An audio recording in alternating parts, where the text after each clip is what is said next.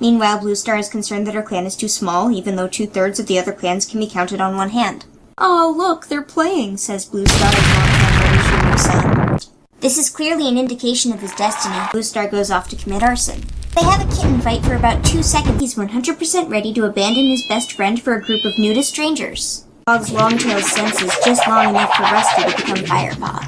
Everyone decides that murder is a good solution to this problem. Fang, allowed to live another day, orders Firepaw around for 700 chapters and Fang kills babies. Also, they got rid of those Wind Clan losers.